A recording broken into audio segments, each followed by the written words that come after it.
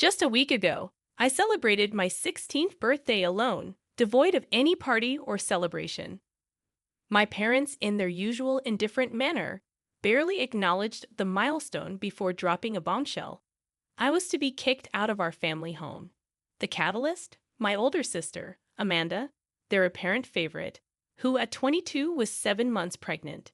In a house with 4 bedrooms, my parents decided I should vacate so the new arrival could have its own space. They presented this decision matter-of-factly, leaving me stunned by their lack of concern for me. Despite my low expectations, their callousness still managed to surprise me. They assured me they would continue to cover my expenses until I turned 18, but insisted I could no longer reside with them.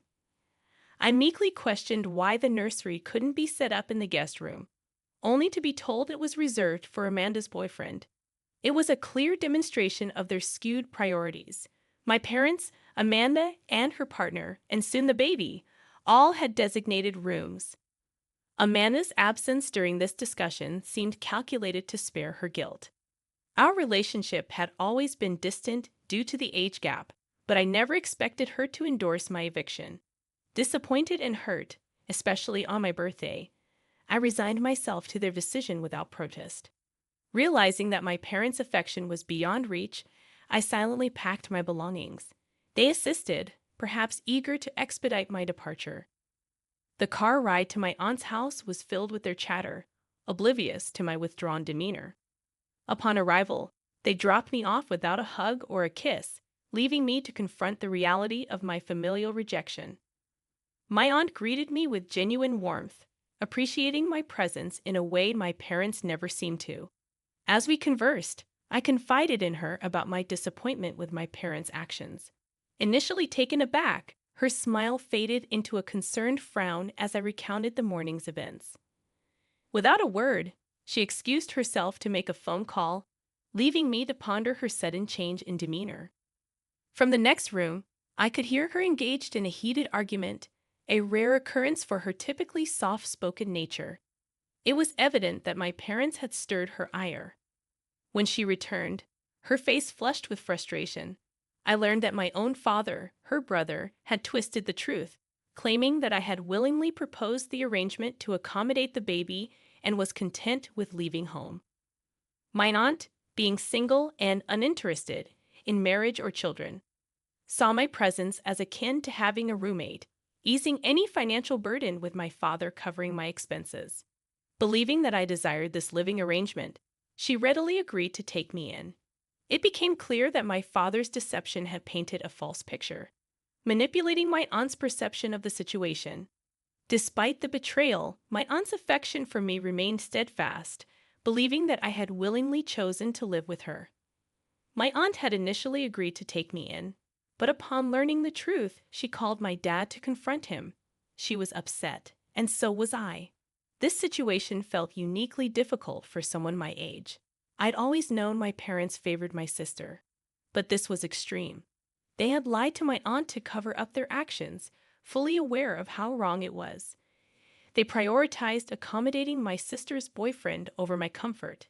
Even though my sister could have easily lived with him, my parents insisted on keeping her close, even at my expense.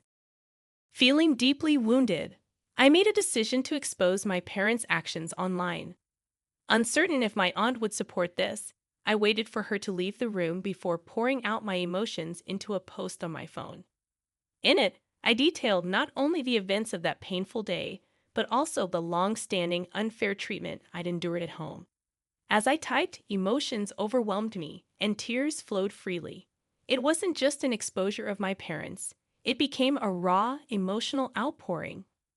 After posting, fear gripped me, and I switched off my phone, dreading the repercussions. An hour passed in anxious anticipation, during which I attempted to distract myself with a book, though my mind couldn't focus. When my aunt awoke and rushed into the room where I sat, she calmly inquired about my post. Honestly, I admitted to her that I had indeed posted something, and our conversation ended there.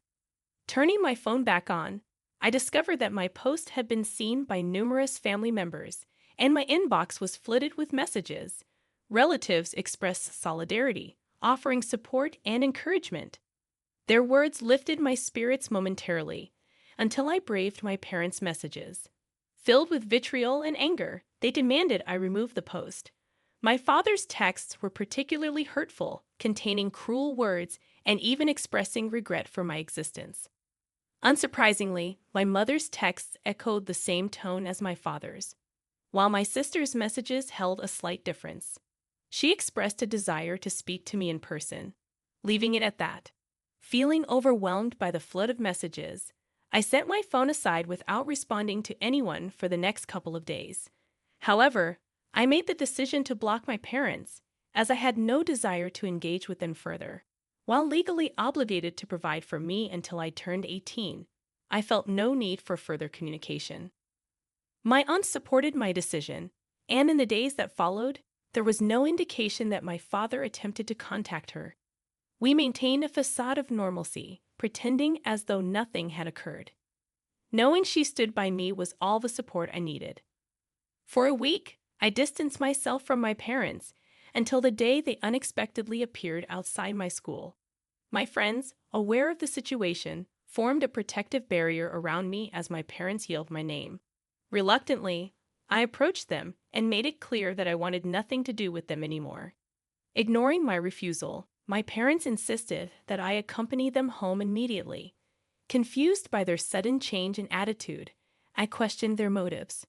It seemed clear to me that their sudden concern was more about salvaging their reputation within the family rather than genuine care for me. Refusing to comply until they provided an explanation, I demanded to know why they were acting this way all of a sudden. Despite their evident frustration, they persisted in their request for me to return home. Concerned about my friends overhearing our conversation, they urged me to speak with them in private. Once alone, my parents revealed their true intentions. They admitted that their sudden urgency stemmed from my lack of response to their calls and texts. Furthermore, they disclosed that they needed me back home to secure their inheritance. The fallout from my online post had spread throughout the family, reaching even my paternal grandparents. Aware of their financial leverage, my grandparents threatened to revoke my father's inheritance if they continued mistreating me. They were warned that unless they made efforts to reconcile with me, treat me with kindness, and ensure my well-being, my father's potential inheritance would go to my aunt, who had been graciously caring for me despite having no obligation to do so. Losing this inheritance was not an option for my parents, given its significant value. While they had a decent combined income of their own, the inheritance held considerable importance. I understood their concern, but their attempts to frame their actions as a favor to me rather than a self-serving endeavor were transparent. Disregarding their pleas and protests, I made it clear that their inheritance mattered little to me. Walking away from their screams, I returned to my aunt's house, where I recounted the ordeal. Seeing her annoyance, she took action to prevent a repeat of such incidents. Contacting her lawyer, we began exploring options to secure my custody and ensure that my well-being remained a priority. Certainly, the legal aspect of my parents' rights over me would need to be addressed if I were to live with my aunt permanently. I expressed my gratitude to my grandparents for their efforts to resolve the situation, but I made it clear that returning to my parents' home was not something I desired. Having spent a few days under my aunt's care, I finally experienced a sense of freedom that had eluded me while living with my parents. Living with them had felt suffocating, and despite my hopes for change, nothing improved. While my grandparents didn't witness the reality of my home life firsthand due to living in a different city, my parents always presented a facade of good behavior during family gatherings and holidays. Beneath the surface, however, I was often overlooked and neglected, particularly after my sister's pregnancy. My presence felt insignificant compared to my sister's, and as time passed, I found myself increasingly marginalized. I shared all of this with my grandparents, and they assured me that if living with my aunt was truly what I wanted, they would make it happen. They promised to ensure that all my needs would be taken care of, even if my parents relinquished their rights. It was a relief to hear such support, and for a moment, it felt like things were finally turning in my favor. However, the peace didn't last long. Just a few hours ago, I received an email from my dad. It wasn't filled with hate or anger, but rather disappointment. He expressed that airing our family matters online wasn't necessary, especially when my aunt could have relayed the information to my grandparents. Now, not only were my grandparents upset with them, but they were also facing backlash and ostracization from relatives. He lamented that even some of his coworkers had become aware of the situation, tarnishing his reputation at work. In his view, my actions had caused unnecessary drama in their lives. Update 1. Firstly, I want to express my heartfelt gratitude to everyone who took the time to comment on my post. Your kind words mean a lot to me, and I am truly thankful for your support. Now, let me address some of the questions that many of you seem to have regarding why I didn't leave my parents' house sooner and why I waited for them to ask me to leave, especially when my grandparents and aunt seemed willing to help.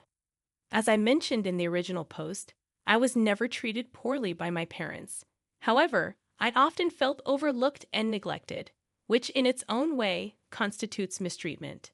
Despite this, I convinced myself that I was doing fine because I wasn't subjected to physical abuse or verbal cruelty.